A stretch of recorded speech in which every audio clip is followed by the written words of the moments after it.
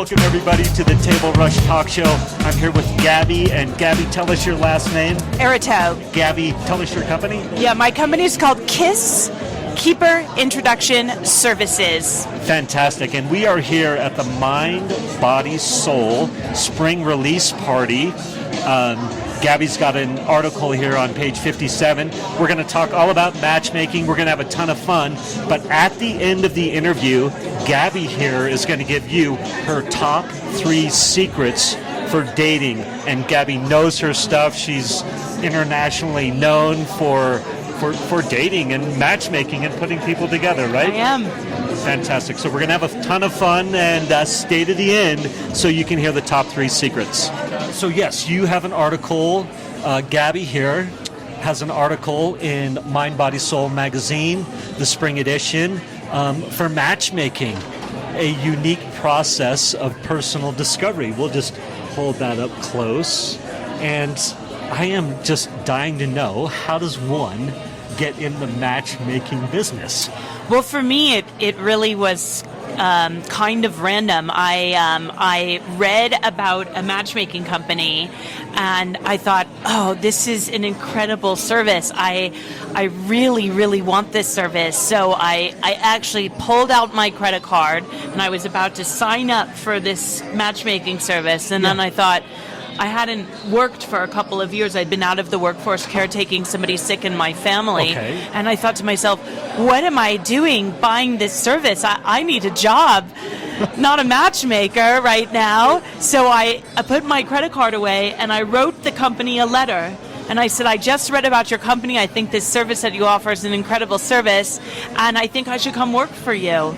And they called me the next day. They hired me that week, and I became the top matchmaker at that company for the next 4 years. And then I left that company and opened up my own matchmaking firm.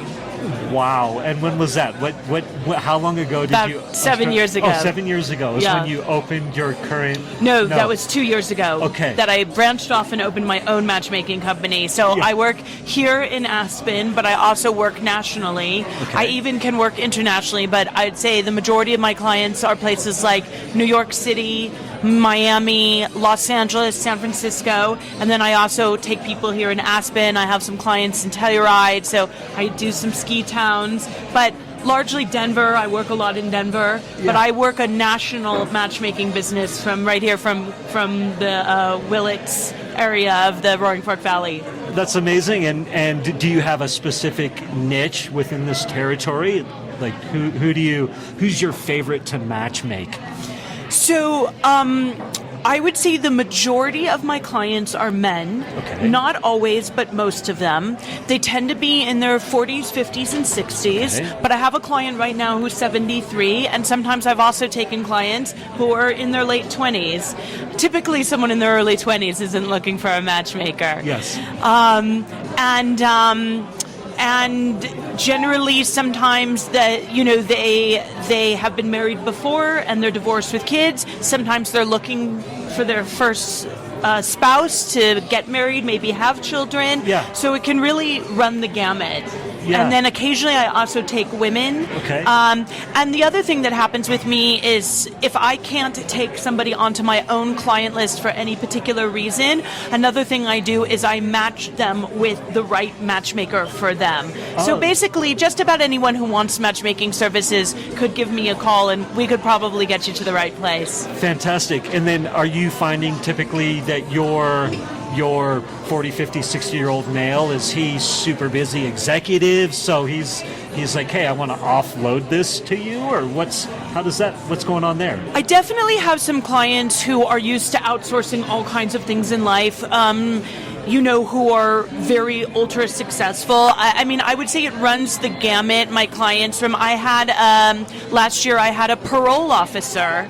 So, he was a parole officer who made some extra money on the side through Airbnbs. Yeah. I also have clients who are managers of hedge funds, really big movie producers, lawyers, doctors. So it can really run the gamut in terms of the type of person who comes to me. But I always tell people matchmaking is a luxury service. People who are coming to me generally have some expendable income. Okay. I don't think matchmaking is the right thing to do if you're, really struggling to, say, make rent. Yeah. It tends to be for people with a little bit more comfort in their financial situation. Okay, great. That's a good tip, I think. Yeah. When you started, when you put your credit card back in your pocket, Yeah. and you're like, I want to work for you, and they say okay, and it sounds like you had success right away. I did. What is it where you're like, oh my God, I found this is what I was meant to do? Like, how does that question make sense? Yeah. When I look back upon my work history up until this, I almost always had been in some kind of agenting. So I had worked at the William Morris agency in Los Angeles, working with movie stars, and then went through their merger to WME. I had worked at other agencies before then, smaller agencies. It's sort of the theme of nearly everything that I've done is kind of agenting, but at the same time, I'm such a people person, and I'm always interested in people's dating lives. So even when I was sitting around at William Morris, people would come in, and I know we were supposed to be talking about what movies they were in or what movies they wanted to do, but I always wanted to say, but who are you dating? What's going on in your dating life? So somehow I've always been very interested in people's romantic lives, and I always have been. I think most matchmakers were just general natural connectors. Yeah. And even when I was in college, I would say, my roommate, Alicia, she really should meet that guy Jim over there. I was always matchmaking. Yeah. I was always trying to put people together. Yeah. So, now I just realized at a certain point in life when I saw that advertisement, I was like, wow, this isn't a career. And I didn't know what would happen if I started it, but here I am, and it's all I do, and I have a national and even international reputation, and I speak at matchmaking conferences, and I have an incredible client list with incredible people, and I've gotten a lot of people married. That is amazing. Yeah. When you started at your first company, when you started for them, when did you know that I'm onto something and this is my niche? Really quickly. I just maybe if I hadn't gone into matchmaking, I could have almost gone into casting or something in Hollywood. Yeah. But I'm just able to sort of get people's vibes very quickly and have an understanding of who they might like to meet. And on top of that, it's not unlike being a real estate agent in some ways. Somebody comes to you and they say, well, what's important to me is that I live walking distance to a cafe, and what's important to me is I have a backyard, and what's important to me is that I have at least 3 bedrooms.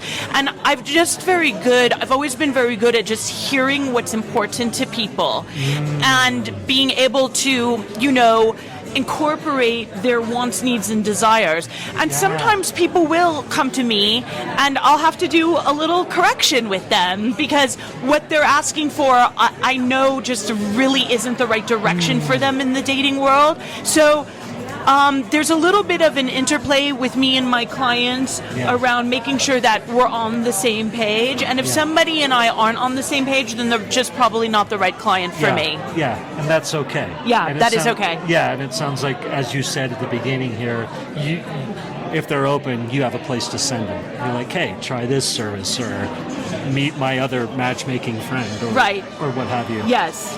What's your favorite story that just comes top of mind? Your favorite story? I had this client sign up with me. He was 6'6". He lived in Chicago. He was in his mid-30s, and I went out looking for him for women. He was from a Czechoslovakian background, and I went out looking for him for women, and I found this gorgeous girl from St. Petersburg who was 6'3". And when I got her phone number, I called her and I said, I think you might like this guy that I've got as my new client because you actually, even at 6'3", could wear a little heel if you wanted to, and he'd still be taller than you. She said, I'd like to meet him. And I actually put them, she was in Newark, New Jersey. I had originally been looking in Chicago, but I hadn't seen anyone that I really thought was right for him.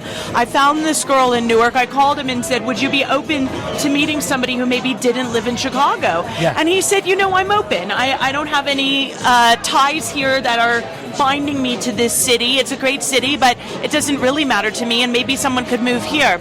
So I put them on a video call. He flew to Newark the next weekend. He flew her to him the following weekend. And 9 months later, they married in a cathedral in Portugal in the most absolutely gorgeous wedding. And I'm friends with them on Instagram, and I see all of their beautiful pictures, their walks that they take, and their dog that they have. And I tell everybody that if they have a baby, and I think ultimately they will, she was in her early 30s, I think that that child will very likely be a basketball player, and I really think I should get some season tickets for that one. Absolutely.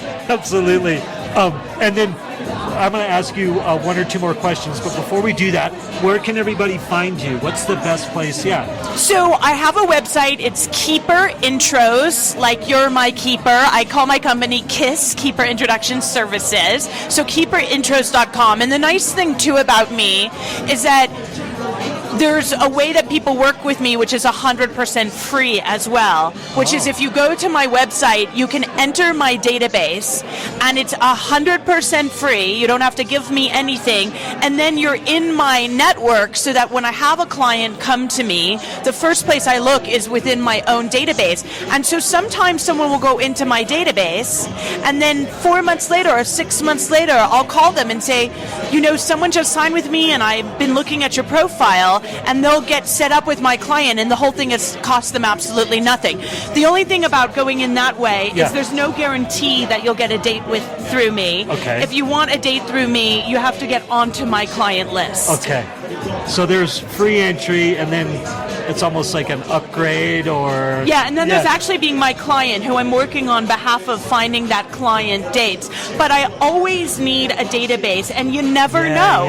You really never know.